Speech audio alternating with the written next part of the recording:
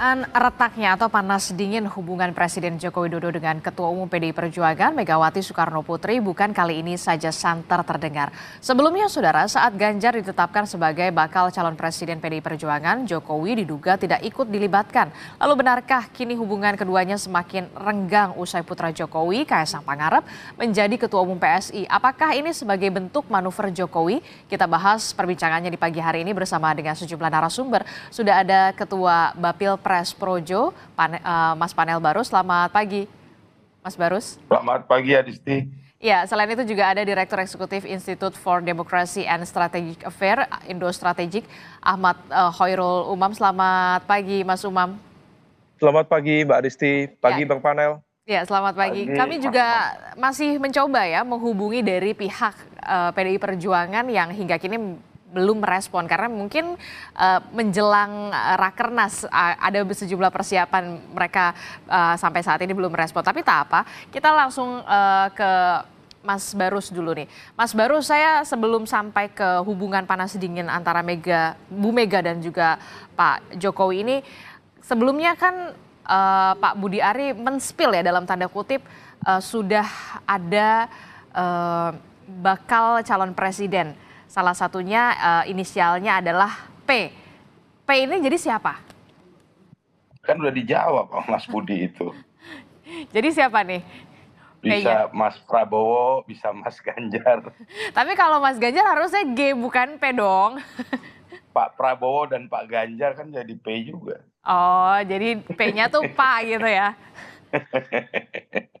Bukan Pak Prabowo. Bisa Panel Barus juga dong kalau P. Oke. Nah, untuk resmi deklarasinya kapan tuh? Kalau Projo sendiri? Puncaknya nanti di 14-15 Oktober pada saat kita Rakernas. Karena sampai hari ini masih berjalan konverda-konverda. Upaya kita untuk konsolidasi nata mesin sekaligus mendengar usulan-usulan dari kepengurusan Projo di seluruh Indonesia.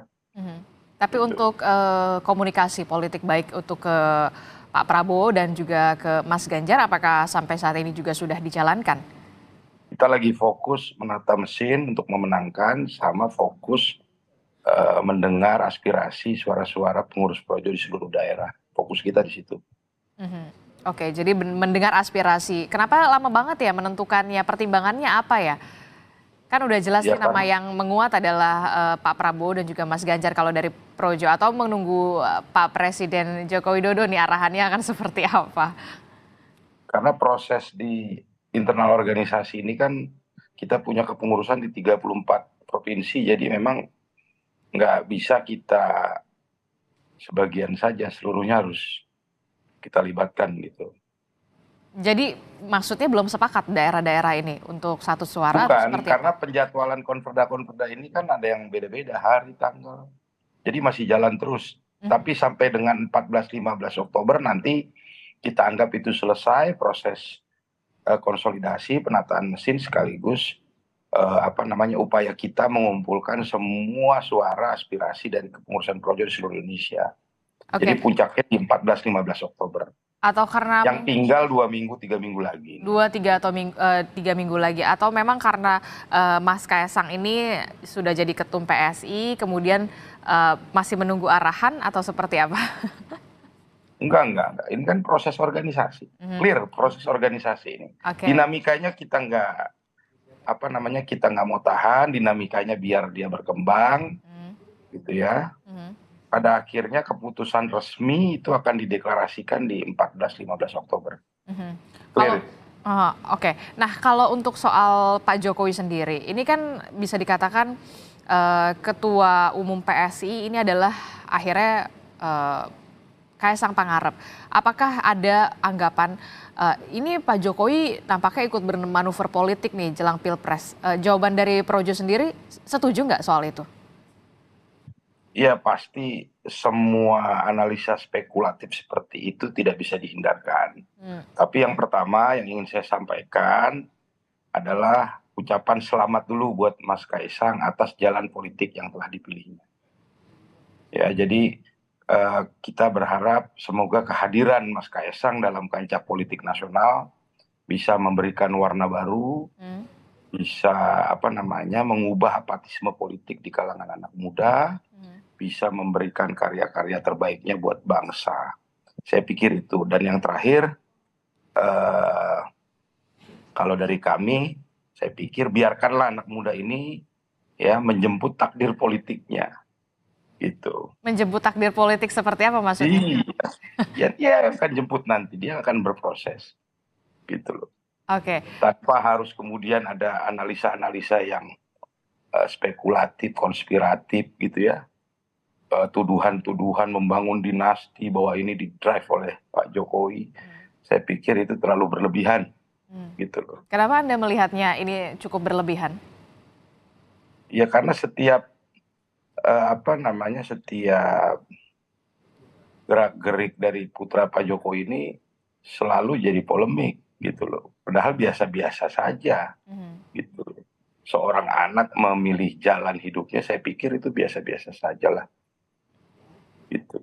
Oke, memilih jalan politiknya sendiri begitu ya kalau menurut dari Projo sendiri. Nah, kalau kita lihat kan ya, Mas Kaisang itu kemarin memilih untuk sowan. Pertama itu ke kalau tidak salah Barajepe, salah satu loyalis dari Pak Jokowi. Nah, kalau dari Projo sendiri apakah sudah ada komunikasi? Apakah nanti akan bersilaturahmi juga? Diajak nggak sih sebenarnya sama Mas Kaisang? Ya malah kalau dari urusan silaturahmi kami punya hutang sebenarnya ke PSI, karena Tentang apa itu? PSI sudah bertandang ke kantor Projo tempo hari, kami belum melakukan silaturahmi balasan ke kantor PSI, gitu loh. Jadi yang ada kami yang punya hutang untuk bersilaturahmi ke kantor PSI, karena PSI waktu itu rombongan full datang juga ke kantor Projo, gitu. Oke, berarti nanti akan ada kecocokan ya, berarti akan segera bisa dikatakan menyambangi kantor PSI yang punya ketum PSI baru gitu ya Mas Kaisang? Nah itu jadi balasan kunjungannya ternyata ada ketua umum barunya, gitu loh. Itu yang berbeda. Oke, dalam waktu dekat pekan ini atau pekan depan atau sebelum deklarasi? Kita jadwalkan lah dulu ya, karena banyak hal yang lagi kita urus selain konperda di daerah. Persiapan Rakernas ini juga luar biasa menyita energi karena 20.000 kader dan simpatisan Projo dari seluruh Indonesia akan hadir di GBK nanti. Gitu loh. Jadi nanti pengumumannya pada saat Rakernas juga begitu ya, Mas? Ya, ya. Oke, nanti akan terbuka berarti siapa inisial P itu?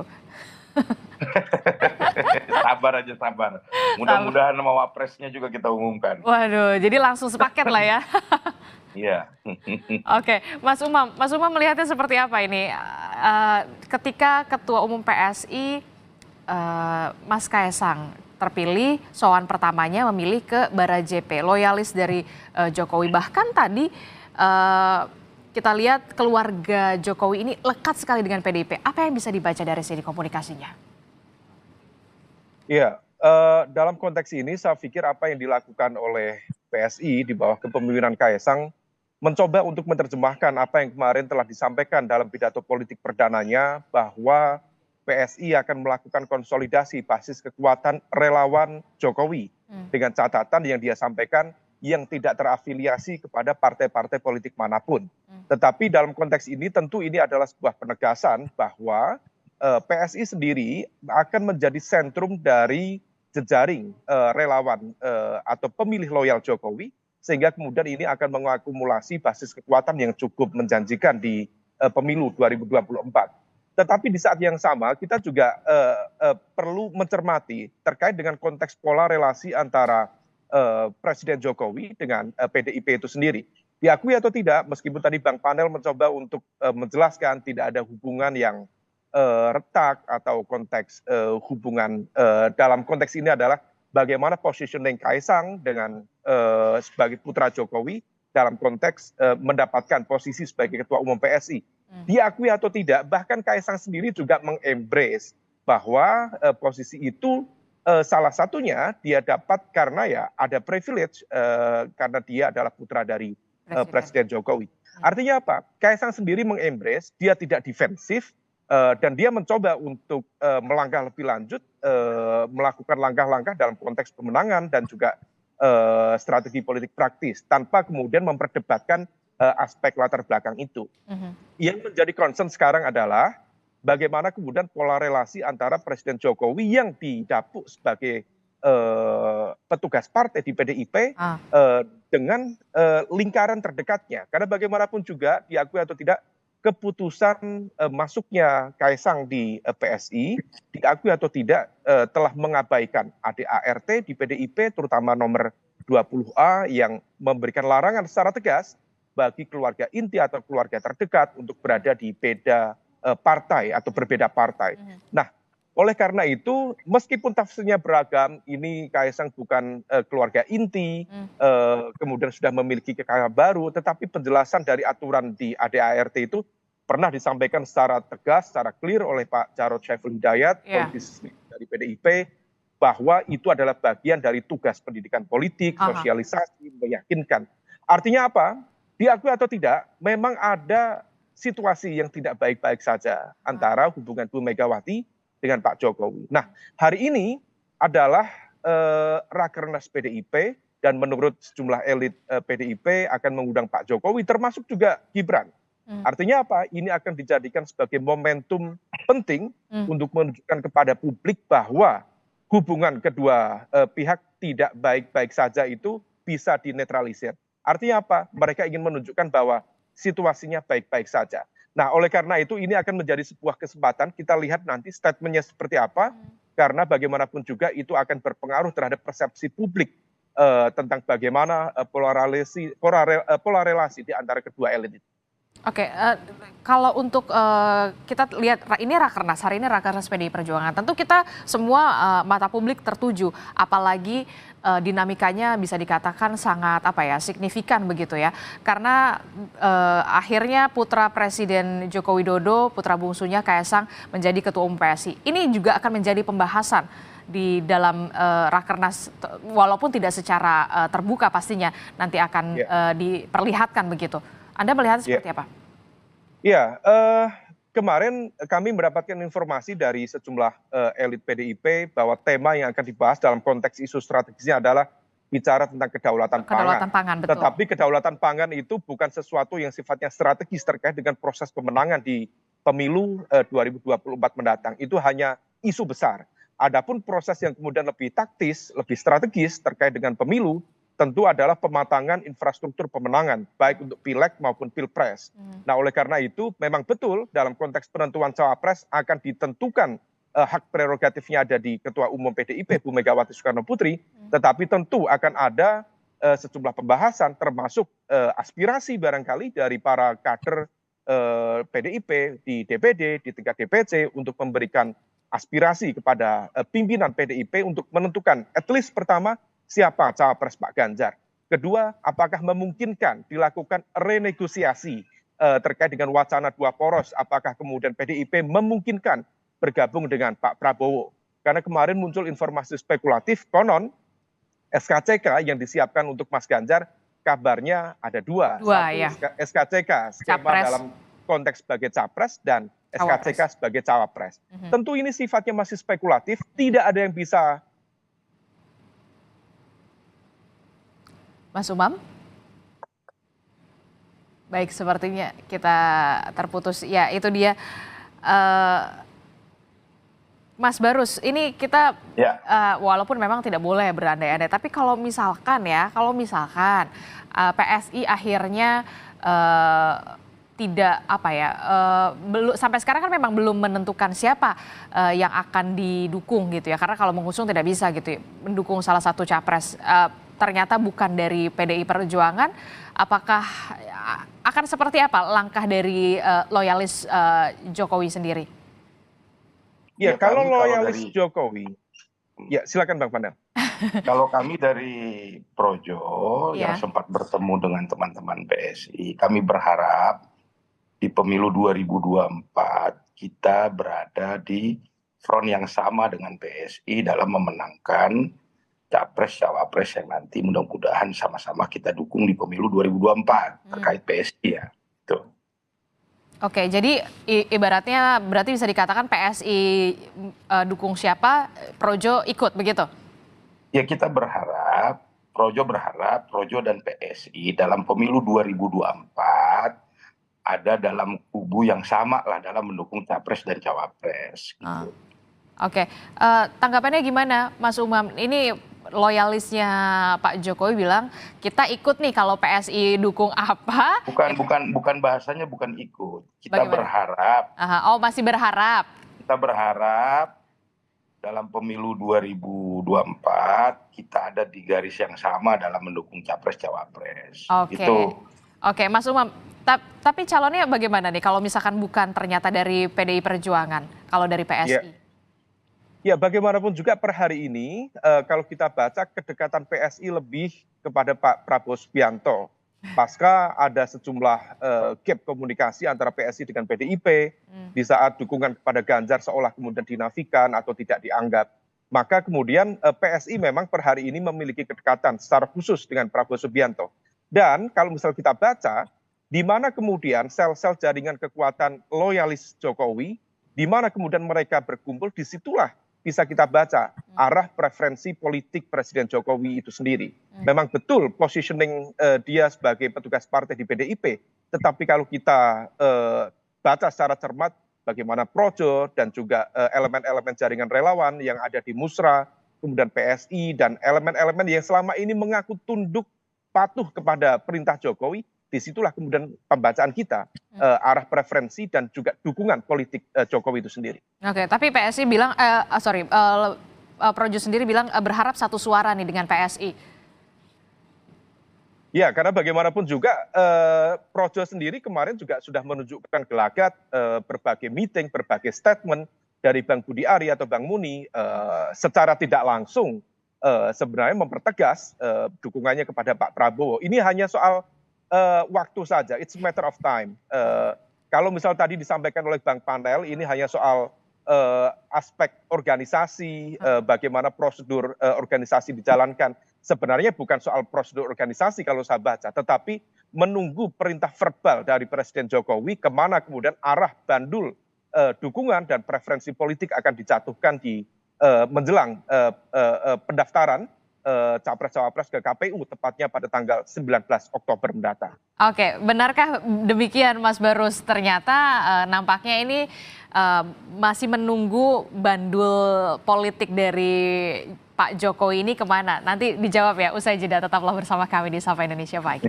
Dugaan hubungan panas dingin antara Bu Mega dan juga Pak Jokowi pasca putra bungsu dari Presiden Joko Widodo ini menjadi Ketua Umum Partai Solidaritas Indonesia. Nah, menyambung dialog kita tadi, benarkah Mas Barus Projo ini, loyalis dari Pak Jokowi ini, saat ini menunggu momentum bandul politik dari Pak Jokowi ini ke arah mana? Pak Prabowo kah atau ke Mas Ganjar kah?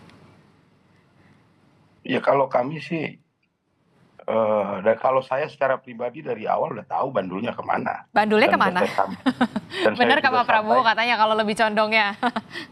Iya, kalau saya pribadi kan udah saya sampaikan di media berkali-kali. Ya, bahwa kecenderungannya, bahwa bandulnya kemana saya udah sampaikan. Tapi saya mau komentari terkait hubungan ini. Hubungan atau relasi PDIP dengan Jokowi ini. Jadi kalau menurut saya sih hubungannya baik-baik saja ya. Nah, dalam hubungan Pak Jokowi dengan PDIP yang ingin saya tegaskan, Mbak Disti, sebenarnya hubungan ini telah membawa manfaat yang maksimal juga buat partai politik, dalam hal ini PDIP, gitu ya, dalam 9 tahun kepemimpinan Pak Jokowi di Indonesia ini, ya. Karena gini, logiknya yang harus dipahami dulu begini, jangan dinarasikan seakan-akan kalau ada calon kepala daerah atau calon presiden maju ini semata-mata adalah kebutuhan si calonnya. Itu yang coba dinarasikan. Sebenarnya kan enggak. Ya, Jokowi ini didorong maju sebagai kepala daerah misalnya di DKI Jakarta dulu, ya, atau sebagai capres di 2014. Kalau saya melihatnya ini karena ada kebutuhan dari partai politik untuk menang sehingga Pak Jokowi didorong. Gitu loh. Tapi kan ini yang bisa jadi tidak baik-baik saja ketika Sebentar dulu, Oke. saya belum selesaikan jadi potong. Nah yang kedua, spek Pak Jokowi ini memenuhi syarat dari kebutuhan taktik pemenangan partai politik, gitu loh. Jadi mendorong Pak Jokowi adalah kebutuhan strategi taktik pemenangan dari sebuah partai politik. Itu yang paling dasar menurut saya. Nah, yang kedua, kita juga harus lihat angka-angka ya yang terjadi misalnya. Dulu sebelum Pak Jokowi masuk DKI Jakarta, Jakarta ini dipimpin oleh Demokrat, dimenangkan oleh Demokrat legislatifnya. Ya, 30 kursi lebih. Di pemilu 2019 DKI Jakarta itu PDIP cuma dapat 11 kursi. Gitu. Nah, begitu Pak Jokowi jadi gubernur di pemilu 2014 lompat ke angka 28 kursi. Gitu loh. Jadi ini manfaatnya maksimal buat PDIP. Gitu. Nah, di pemilu legislatif untuk nasionalnya kalau kita lihat story angkanya, pemilu 2009 PDIP itu dapat 94 kursi. Ya, dia juara 3 waktu itu. Suaranya kalau tidak salah 14,6 juta.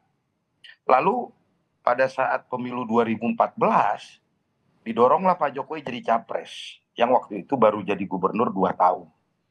Ya, padahal kita tahu dulu 2014 skenarionya PDIP dengan tim 11-nya mau dorong Ibu Mega. Tapi kemudian keputusannya mendorong Pak Jokowi. Kenapa didorong Pak Jokowi? Karena ada kebutuhan strategi taktik kemenangan PDIP untuk menang. Sehingga didoronglah Pak Jokowi. Karena dianggap mendorong Pak Jokowi ini akan mendatangkan kemenangan.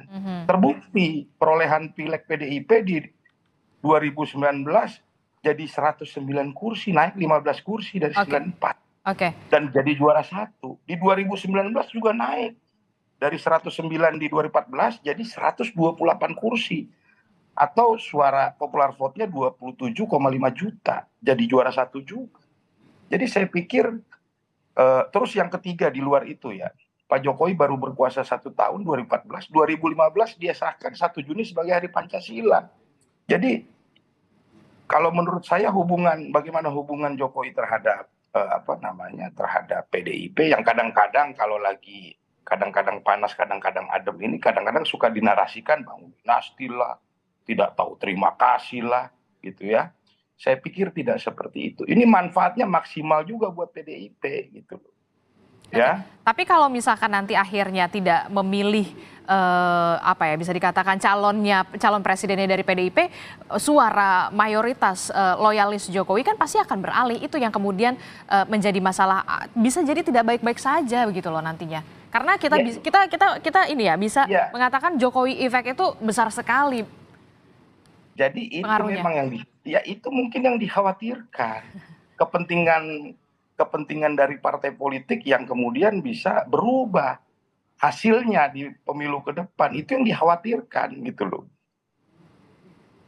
Oke, Mas Umam melihatnya seperti apa? Ini kan kalau kita bisa katakan Jokowi efek ini punya pengaruh besar.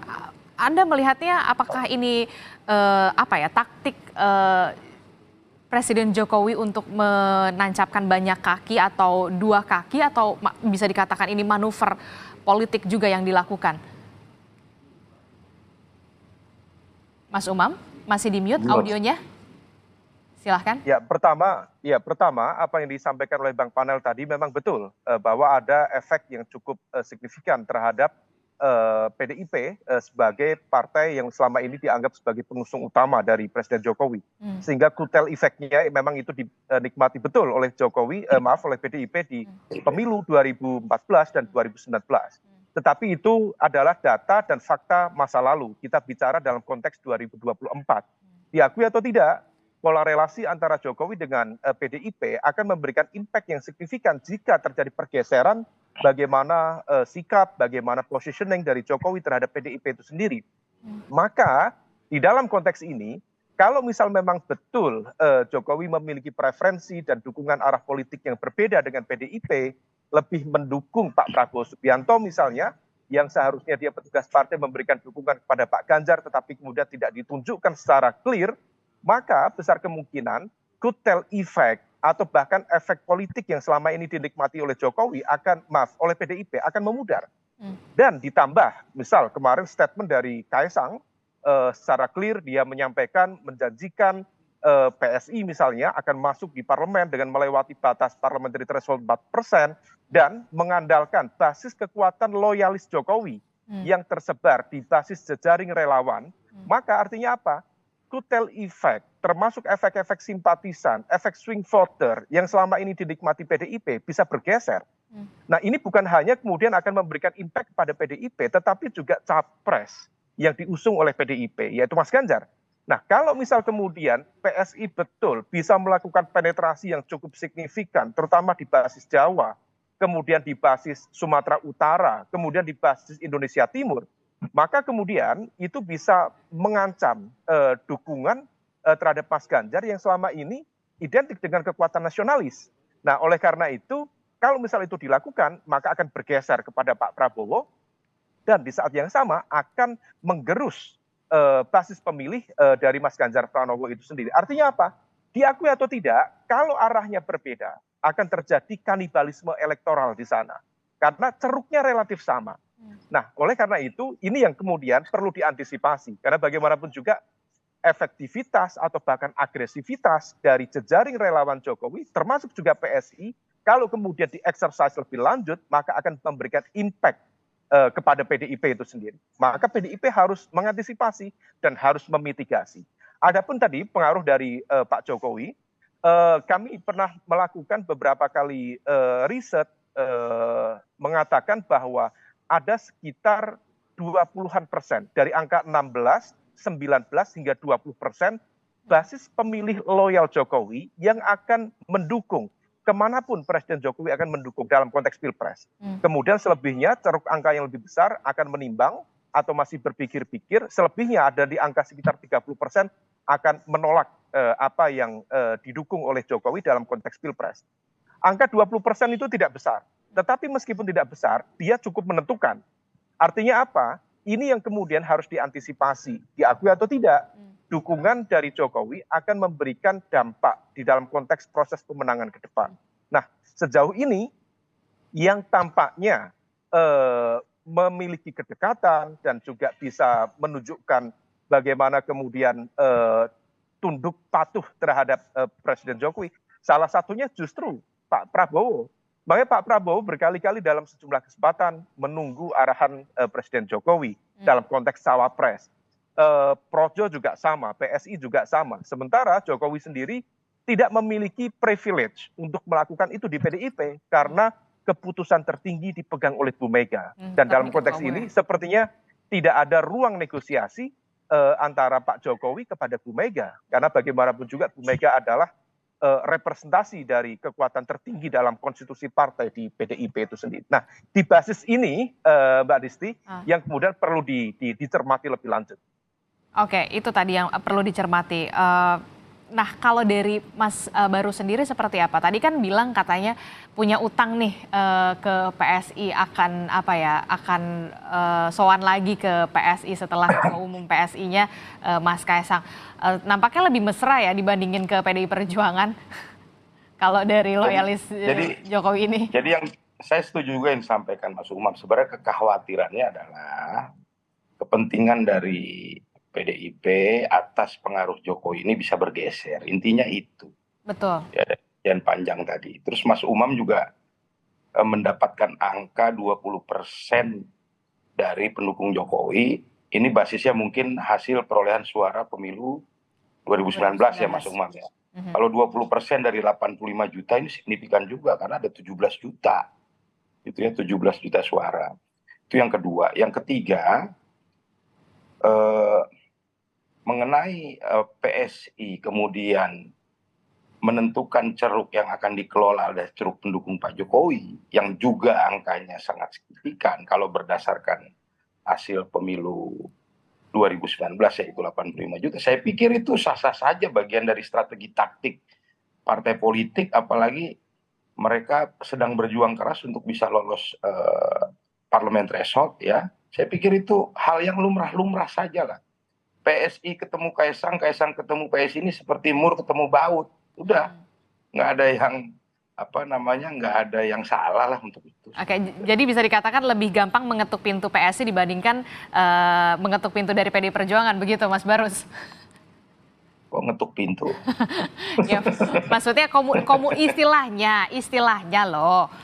Ya yang pasti kita akan balas lah silaturahmi PSI harusnya udah terjadi minggu kemarin, tapi tiba-tiba ada ada yang nggak bisa sehingga kita masih tunda.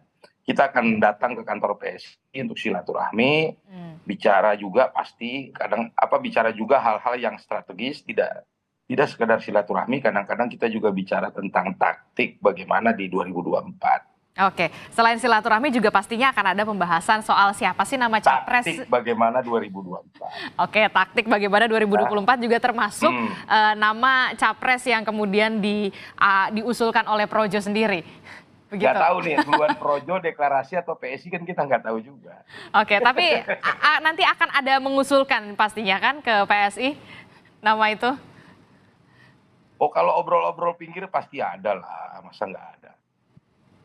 Oke, nah kalau oke baik, pasti akan ada pembahasan itu. Nah kalau iya dong. Iya, nah Mas Umam, kalau Projo kemudian akhirnya kita bisa lihat lah ya, ini bisa lebih bisa lebih mesra dalam tanda kutip ke PSI. Nah bisa dikatakan nanti suara dari ceruk dari loyalisnya Pak Jokowi ini bisa dikatakan tergantung dari PSI memilih siapa gitu di capresnya, begitu Mas Umam? Iya, saya pikir PSI itu hanya satu partikel kecil di antara sekian banyak elemen-elemen yang sudah menunjukkan kelembagaannya sebagai loyalis Joko Widodo. Nah, oleh karena itu tentu ini akan ada komunikasi di antara jejaring itu, bisa jadi satu kekuatan suara atau sebaliknya. Justru kalau misal kemudian Pak Jokowi merasa tidak siap berhadapan-hadapan dengan PDIP, merasa sungkan secara komunikasi dengan Bu Mega, maka kemudian bisa juga digunakan strategi lain, yaitu menyebar kekuatan. Artinya ada satu elemen diletakkan di kubu Prabowo misalnya, ada elemen lain diletakkan di kubu Mas Ganjar. Karena bagaimanapun juga tentu ini akan memberikan efek yang cukup signifikan secara politik kepada Presiden Jokowi. Bisa saja ini dianggap sebagai face saving strategy, strategi menyelamatkan muka. Mungkin sama seperti Mas Gibran, mungkin akan diletakkan tetap di PDIP sebagai simbol dukungan kepada arah kebijakan partai mendukung Pak Ganjar. Tetapi di saat yang sama barangkali PSI yang sudah terluka secara komunikasi dengan PDIP selama ini barangkali akan diarahkan kepada Pak Prabowo sebagaimana komunikasi yang terjalin selama ini. Nah, skema double standard, skema politik dua kaki itu berpotensi dilakukan. Tapi kalau misal kemudian basis komunikasi ke depan sepertinya mengarah pada satu kekuatan suara saja, maka kalau peta per hari ini dan kalau misal tidak ada perubahan signifikan hingga 20 hari ke depan, tepatnya menjelang pendaftaran di KPU tanggal 19 Oktober, maka bisa saja kekuatan itu akan solid ke Pak Prabowo Subianto. Nah, situasi ini yang betul-betul diantisipasi dan teman-teman PDIP sendiri tentu harus memitigasi supaya kemudian tidak terjadi split dalam konteks dukungan itu. Karena bagaimanapun juga ini tentu akan berdampak kepada basis pemilih loyal PDIP yang diakui atau tidak juga memiliki irisan kuat dengan jejaring-jejaring tadi pendukung Pak Jokowi terutama dalam konteks elektoral dengan PSI itu sendiri. Nah, supaya tidak terjadi kanibalisme elektoral, maka kemudian proses komunikasi itulah yang perlu dilakukan secara cermat, secara hati-hati. Oke, Anda melihat apa yang dilakukan Pak Jokowi ini karena memang ada jarak komunikasi antara Pak Jokowi dan Bu Mega atau seperti apa sampai akhirnya bisa sampai seperti ini begitu? Faktornya tentu cukup beragam dan ini masih juga spekulatif, di mana kalau misal ini dianggap sebagai situasi problematik dalam konteks komunikasi Bu Mega dengan Pak Jokowi, sejumlah pihak juga masih bertanya di mana titik pisahnya. Apakah ini berbasis pada konteks komunikasi personal, ada ketersinggungan, ataukah ada hal dalam konteks visi, misi, platform, ideologi yang dianggapnya berbeda. Tetapi sinyal-sinyal yang berkembang selama ini termasuk penetapan Kaisang sebagai Ketua Umum PSI, saya pikir itu adalah sebuah bentuk penegasan ada situasi yang tidak baik-baik saja. Kenapa? Karena tadi dalam berbagai kesempatan PDIP itu memberikan ruang terbuka, bahkan Mbak Puan sebagai garda terdepan komunikator politik PDIP secara khusus pernah menyampaikan jika Kaisang ingin masuk politik PDIP most welcome, dan menegaskan ada ADART PDIP di nomor 25A yang kemudian memberikan larangan beda partai dalam konteks keluarga. Kalau kemudian ternyata pilihannya berbeda, maka itu ingin menegaskan bahwa PDIP dianggap bukan sebagai pilihan yang rasional, bukan pilihan yang lebih baik atau menguntungkan bagi Kaisang atau keluarga Pak Jokowi.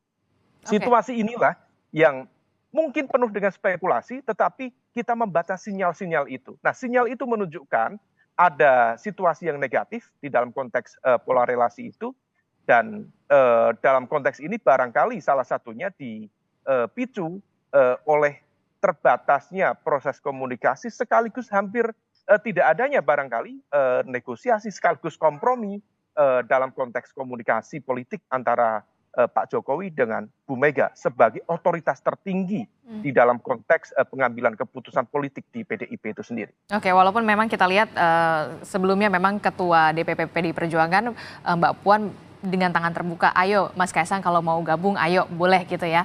Nah, berkali-kali disampaikan, berkali-kali itu disampaikan. Oke, terakhir Mas Barus, kapan rencananya akan bertandang ke PSI? Apa yang akan dibahas? Apakah masih menunggu bisikan dari Mas Kaisang sebelum nanti deklarasi? Kami akan jadwalkan segera, mungkin minggu-minggu ini, tapi fokus kami hari ini menuntaskan proses konperda dan mempersiapkan Rakernas Akbar 14-15 Oktober. Gitu.